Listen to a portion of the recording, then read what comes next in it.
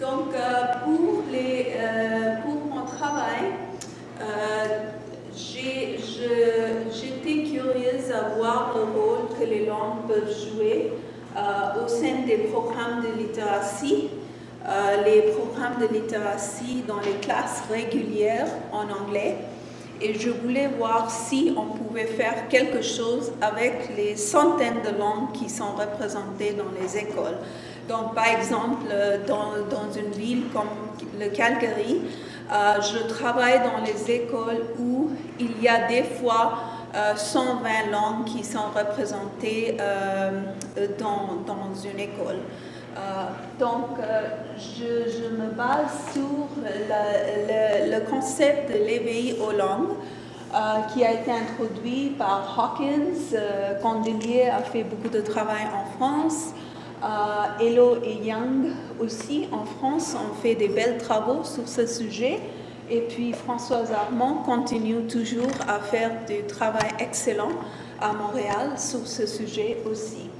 Il y a aussi plus récemment, dans les dernières années, les travaux de Roman Schumacher-Harbosch à Toronto, qui a introduit cette idée des pratiques linguistiquement appropriées. Linguistically Appropriate Practice, c'est un livre que vous pouvez trouver, c'est un livre qui est excellent, où elle parle de cette idée que les élèves qui viennent dans notre système scolaire ne sont pas des élèves qui ont l'anglais comme langue seconde, mais ce sont des bilingues émergents. Donc, emergent bilinguals qui entrent dans le système.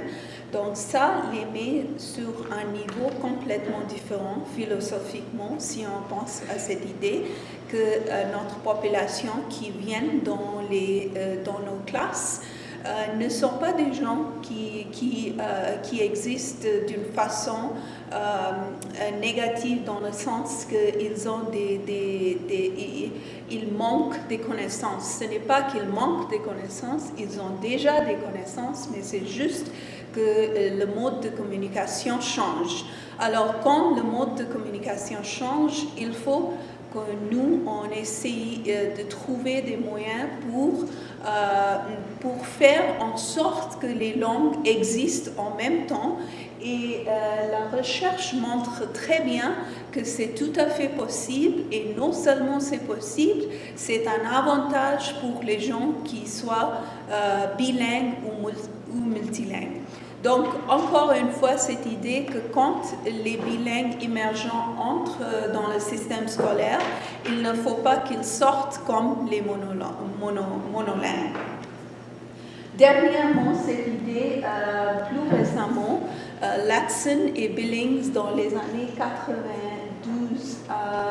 95, je pense, a introduit pour la première fois quelque chose qu'elle a appelé pédagogie culturellement pertinente. Donc, c'était cette idée qu'il faut honorer la diversité. C'était dans le contexte aux États-Unis, et puis après, on a beaucoup utilisé cette idée dans nos travaux aussi comme chercheurs, que ce soit au Canada ou ailleurs dans le monde, en Angleterre et dans d'autres parties de l'Europe. Donc, on a beaucoup parlé de ça. On a dit qu'il faut vraiment trouver une place pour la diversité. Il faut essayer des stratégies où on accueille les élèves qui viennent de partout dans le monde. Qu'est-ce qu'on peut faire? Quels sont les genres de stratégies pédagogiques qui vont honorer la diversité? Donc, le mot qu'on a beaucoup utilisé, c'était cette idée d'honorer la diversité. Plus récemment, à AERA, il y a Paris en 2012 qui a parlé du fait qu'on va vers une pédagogie du maintien culturel. Donc, je voulais faire le point sur ces deux idées pour montrer qu'il y a une évolution. Donc, il y a beaucoup de textes ici, mais je vais juste vous souligner deux idées, je pense, qui séparent ces deux fonds théoriques. L'idée, c'est que encore une fois, quand on pense à la pédagogie culturellement pertinente, on a des fois une tendance de mal utiliser cette idée dans les classes. Car on pense que politiquement, si par exemple on a une semaine multiculturelle où on va honorer la diversité, on va inviter les parents ou les élèves, ils seront invités à apporter les vêtements culturels ou apporter de la nourriture qui est différente. Ils vont peut-être parler de la vie de leurs parents et partager quelques histoires. Et après, ça sera fini. On va retourner au travail, et le travail est d'apprendre et d'enseigner le contenu de programme des études. Alors que ce qu'on oublie, c'est le fait qu'en réalité, le programme d'études fait partie de la vie de ces étudiants, c'est-à-dire que ces étudiants qui sont devant nous, et c'est eux qui vont, en réalité font partie de ce programme d'études parce que ce sont des nouveaux Canadiens qui viennent dans notre pays, et notre histoire est en train de se changer à travers les années.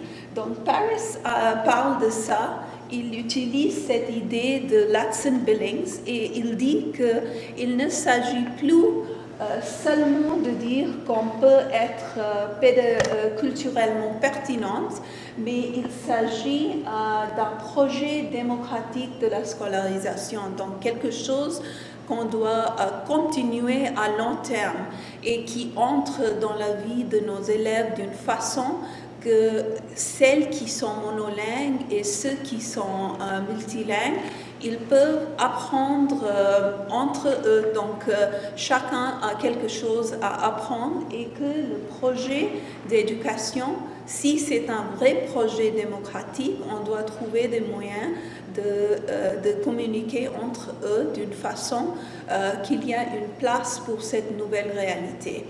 Donc, à travers mon travail que je fais au sein des écoles, je ne prétends pas apprendre à enseigner aux élèves les langues secondes. Ce n'est pas l'objectif de ce genre de travail.